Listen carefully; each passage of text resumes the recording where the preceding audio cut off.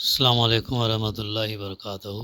اعوذ باللہ من الشیطان الرجیم، بسم اللہ الرحمن الرحیم۔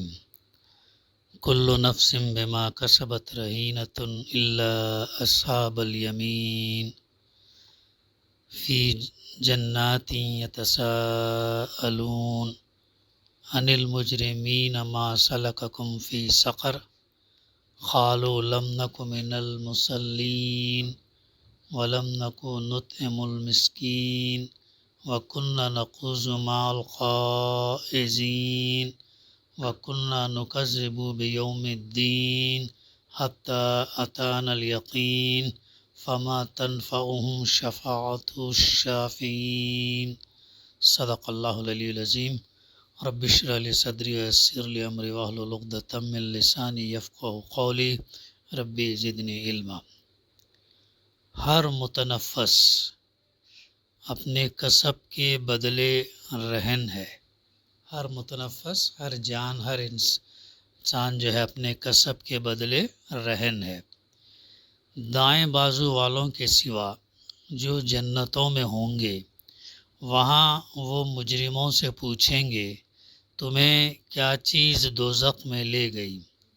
وہ کہیں گے ہم نماز پڑھنے والوں میں سے نہ تھے اور مسکین کو کھانا نہیں کھلاتے تھے، اور حق کے خلاف باتیں بنانے والوں کے ساتھ مل کر ہم بھی باتیں بنانے لگتے تھے اور روز جزا کو جھوٹ قرار دیتے تھے، یہاں تک کہ ہمیں اس یقینی چیز سے سابقہ پیش آ گیا۔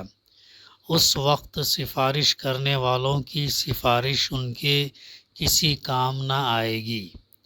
سورہ المدثر کی ابتدائی نہیں بلکہ آیت نمبر 38 سے آیت نمبر 48 یعنی 10 آیتوں کی تلاوت اور اس کی ترجمانی ابھی ہم نے سماعت کی۔ اس سورت کی تفسیر کا سلسلہ الحمدللہ جاری ہے۔ بڑے اہم آیات کی تفسیر ہمارے سامنے گزر چکی ہے، جس میں دعوت کے پہلو سے ہمارے لیے بھی جو ہے اس میں بڑا سبق ہے۔ ہمیں وہی تدبیر اختیار کرنا چاہیے جو اللہ کے رسول صلی اللہ علیہ وسلم نے ہمیں بتایا، اور ابتدا دوسری وحی کے اندر جو 7 آیتیں تھے اس کے اندر بتایا گیا۔ پھر اس کے بعد سے ان لوگوں کا تذکرہ چل رہا، ولید بن مغیرہ کی جو میٹنگ کے تعلق سے، اس کے رویے سے، اس کے حرکات کا تذکرہ کیا گیا۔ پھر دوزخ کے بارے میں بتایا گیا، دوزخ کو 19 کارکن سنبھالے ہوئے ہیں، اس کا مذاق منکرین نے کیا کہ ہم جو ہے سنبھال لیں گے۔ ایک پہلوان نے تو کہا کہ 17 کو میں اکیلا نپٹ لوں گا، باقی 2 کو۔ تو اللہ تعالیٰ نے بتایا کہ دوزخ کتنی سخت چیز ہے، اس کی اگر تم یہ جانو گے تو جو ہے تم کتنا اس سے تم کو سبق لینا چاہیے، نصیحت لینا چاہیے اور اپنے آپ کو سیدھے راستے پر ڈالنا چاہیے۔ اور اللہ تعالیٰ نے پھر نشانیوں کا تذکرہ کیا، چاند کی، رات کی اور صبح کی۔ دوزخ جو ہے بڑی چیزوں میں سے ایک ہے، یعنی جس طرح یہ نشانیاں ہیں، ان نشانیوں کے جیسی یہ بھی ایک بہت بڑی چیز ہے، اور اس سے ہم کو جو ہے نصیحت لینا چاہیے اور اس سے جو ہے ہم کو بچنا چاہیے اور ایسے اعمال کرنا چاہیے جس سے ہم دوزخ میں جانے سے بچیں۔ اب اس کے بعد کی آیتیں ہیں جس میں اللہ تعالیٰ فرما رہا ہے کل نفس بما کسبت رہینہ، ہر متنفس اپنے کسب کے بدلے رہن ہے۔ سورہ الطور کے اندر بھی اس کا ہمیں تذکرہ ملتا ہے، اور اس کی تفسیر میں یوں ہے کل امرئ بما کسب رہین، آیت نمبر 21 سورہ طور کے اندر۔ رہن کا استعارہ بہت معنی خیز ہے۔ ایک شخص اگر رہن کسے کہتے ہیں؟ مال دے کر یا پراپرٹی یہ گروی رکھ کر جسے کہتے ہیں نا ضمانت، تو اسے کہتے ہیں مارگیج، جیسا آتا ہے نا ماڈرن لینگویج میں، اسے مارگیج وغیرہ کہتے ہیں۔ تو ایک شخص اگر کسی سے کچھ قرض لے اور قرض دینے والا اپنے حق کی ادائیگی کے لیے ضمانت کی طور پر اس کی کوئی چیز اپنے پاس رہن رکھ لے۔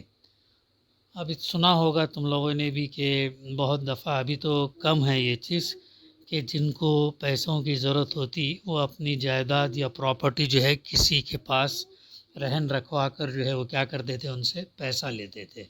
ایسا تک چلتا تھا جب تک ابھی، لیکن بہت سارے بینکس وغیرہ سے رجوع کرتے ہیں، حالانکہ بینکس وغیرہ میں سود کا معاملہ رہتا ہے، اوائڈ کرنا چاہیے۔ تو اب وہاں سے یہ کرتے ہیں لوگ۔ تو اس طریقے سے یہاں پر یہ بتایا گیا ہے کہ اللہ تعالیٰ نے ہر متنفس اپنے کسب کے بدلے رہن ہے جو فرمایا۔ تو اس طریقے سے سمجھ سکتے ہیں کہ تو جب تک وہ قرض ادا نہ کر دے اس وقت تک جو ہے فقی رہن نہیں ہو سکتا، اور اگر مدت مقررہ گزرنے پر بھی وہ رہن نہ کرائے، فقی رہن نہ کرائے، تو شے مرہونہ یعنی وہ چیز ہے ضبط ہو جاتی ہے۔ جیسے بینک بھی کیا کرتے ہیں، گولڈ لون وغیرہ جو دیتے ہیں، اگر پیریڈ ختم ہو گیا تو وہ گولڈ کو کیا کرتے، نیلام کر کے پھر اس کا قرض کی اماؤنٹ جو ہے ریکور کر لیتے ہیں۔ ایسا یہ چیز ہے۔ تو اسی طریقے سے انسان اور اللہ کے درمیان معاملے کی نوعیت کو یہاں اسی صورت معاملہ سے تشبیہ دی گئی۔ اللہ اور انسان اور اللہ کے درمیان اسی سے اگزامپل دیا گیا۔ اللہ نے انسان کو جو سر و سامان، جو طاقتیں، صلاحیتیں اور جو اختیارات دنیا میں عطا کیے ہیں، وہ گویا ایک قرض ہے۔ یعنی ایک چیز ہے کہ جو ہمارا جسم ہے، جو ہماری باڈی ہے، یہ ہماری خود کی نہیں ہے، بلکہ اللہ کی عطا کردہ ہے۔ اور اس کے ساتھ اللہ نے جو جو چیزیں ہم کو دی ہیں، طاقت دی ہے، صلاحیتیں دی ہیں، اختیارات، پاورز دیے ہیں، سر و سامان چیزیں دیے ہیں، وہ اس کا مین مالک ہے اور ہم اس کے ٹرسٹی ہیں، مال کے۔ تو اصل چیز، اسی لیے ہم اپنی جان نہیں لے سکتے، اسی لیے سوسائڈ جو اسلام میں حرام ہے۔ جس شکل میں انسان سوسائڈ کرے گا اسی شکل میں اللہ تعالیٰ قیامت کے دن اسے اٹھائے گا۔ پھانسی لے کے کیا تو پھانسی کی شکل میں، جل کے مرا تو جل کے اس میں، ٹرین سے کٹا تو ٹرین کے اس میں، یعنی وہ تکلیف میں اس کو اٹھائے گا۔ کتنی خطرناک بات ہے، ہاں، چونکہ یہ اللہ کو اختیار ہے۔ ہم اپنے آپ سے اس دنیا میں نہ آئے نہیں، نہ اپنے آپ سے ہم آئے۔ جب ہمارا وقت متعین ہوگا تب ہم یہاں سے جائیں گے۔ اسی لیے سوسائڈ جو ہے نا اسلام میں سختی سے منع ہے، چاہے کتنی ہی پریشانی ہو، کتنی ہی مصیبت ہو، کتنی ہی بیماری یہ ہو، موت کے لیے دعا نہیں کرنا چاہیے، نہ موت کی طرف یہ کرنا، بلکہ اللہ تعالیٰ جو ہم کو دے رہا ہے یہ اوقات، یہ دن جو ہم کو یہ کر رہا ہے، وہ ہمارے لیے ہر آنے والا دن جو ہے یوزفل، پروڈکٹیو ہونا چاہیے۔ ہم اپنے گناہ معاف کروا لینا، نیکیاں بڑھوا لینا، استغفار کروا لینا، اس طریقے سے۔ تو یہ جو چیزیں ہیں اللہ کے پاس کیا ہے، اللہ اور انسان کے ہمارے درمیان میں جو ہے یہ اللہ نے ہم کو دیا ہے، یہ صلاحیتیں اور چیزیں، اور قرض کی شکل میں۔ اور اس قرض کی ضمانت کے طور پر بندے کا نفس جو ہے اللہ کے پاس رہن ہے۔ یہ سمجھ، قرض کی ضمانت کے طور پر ہمارا نفس اللہ کے پاس رہنے، بندہ اس سر و سامان اور ان قوتوں اور ان اختیارات کو جو اللہ نے ہم کو دیا ہے صحیح طریقے سے استعمال کر کے اگر وہ نیکیاں کمائے جن سے یہ قرض ادا ہو سکتا ہے، تو وہ شے مرہونہ یعنی اپنے نفس کو چھڑا لے گا، ورنہ اسے ضبط کر لیا جائے گا۔ اس کا تقاضا کیا ہے، جو چیزیں اللہ تعالیٰ نے ہم کو دیا ہے اس کا صحیح استعمال ہونا چاہیے۔ تو پچھلی آیت کے معان بعد یہ بات اس لیے ارشاد فرمائی گئی کہ مومنین، صالحین، چاہے کتنے ہی بڑے مرتبے کے لوگ ہوں، ان کی اولاد کا فق رہن اس کے بغیر نہیں ہو سکتا کہ وہ خود اپنے کسب سے اپنے نفس کو چھڑائیں۔ باپ دادا کی کمائی اولاد کو نہیں چھڑا سکتی۔ باپ دادا نے جو یہ کیے ہیں کمائی نیکیوں کی اور جو یہ کیے ہیں وہ ان کو نہیں چھڑا سکتا۔ البتہ اولاد اگر کسی درجے کے بھی ایمان اور اتباع صالحین سے اپنے آپ کو چھڑا لے جائے تو پھر یہ اللہ کا فضل اور اس کا کرم ہے کہ جنت میں وہ اس کو نیچے کے مرتبوں سے اٹھا کر اونچے مراتب میں باپ دادا کے ساتھ لے جا کر ملا دے۔ اولاد اگر نیچے درجے پر ہے اور باپ دادا اگر اونچے درجے پر ہے تو اللہ تعالیٰ کا کرم فضل ہی ہوگا کہ وہ کیا کرے گا، نیچے درجے سے اٹھا کے اولاد کو اونچے درجے پر لے کے جائے گا۔ باپ دادا ان کو اوپر سے نیچے نہیں لائے گا، بلکہ اولاد کو جو ہے وہ اللہ تعالیٰ اوپر درجے پہ لے۔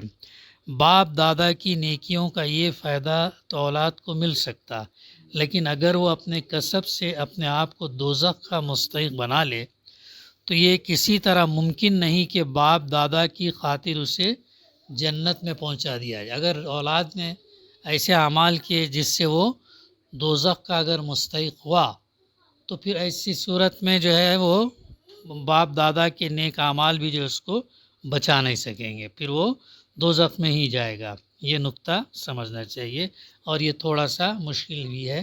دوبارہ ہم اس کو پڑھنا اور جو ہے کوشش کرنا کہ اس میں کیا تفہیم ہم سے کی گئی ہے، دوبارہ سن کے بھی ہم اس کو یہ کر سکیں۔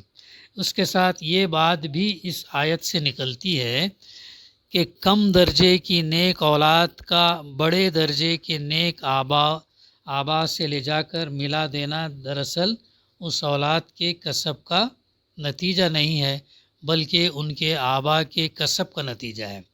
یعنی وہی جو بات پہلے آئی، اولاد کو جو ہے کم درجے پر ہو تو اللہ تعالیٰ ماں باپ کے اپنے آبا و اجداد کے اس پر لے جا کے ملائے گا۔ کیوں کرے گا؟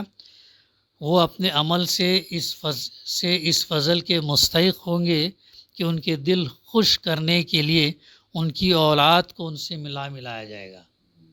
ہمارے باپ دادا کے دل خوش ہوں، اس لیے جو اولاد اگر ان کی کم تر درجے پر ہے، کم اس پر ہے، تو ان کو اونچے درجے پر اپنے باپ دادا ان سے لے جا کر جو ہے ملایا جائے گا۔ یہ اس لیے ان کی خوشی کے لیے، ہماری خوشی نہیں بلکہ ان کی خوشی کے لیے۔ تو یہ ہے وہ نقطہ۔ اسی وجہ سے اللہ ان کے درجے گھٹا کر انہیں اولاد کے پاس نہیں لے جائے گا، بلکہ اولاد کے درجے بڑھا کر ان کے پاس لے جائے گا، تاکہ ان پر اللہ کی نعمتوں کے اتمام میں یہ کسر باقی نہ رہ جائے کہ اپنی اولاد سے دوری ان کے لیے باعث اذیت ہو، ان کو تکلیف نہ ہو۔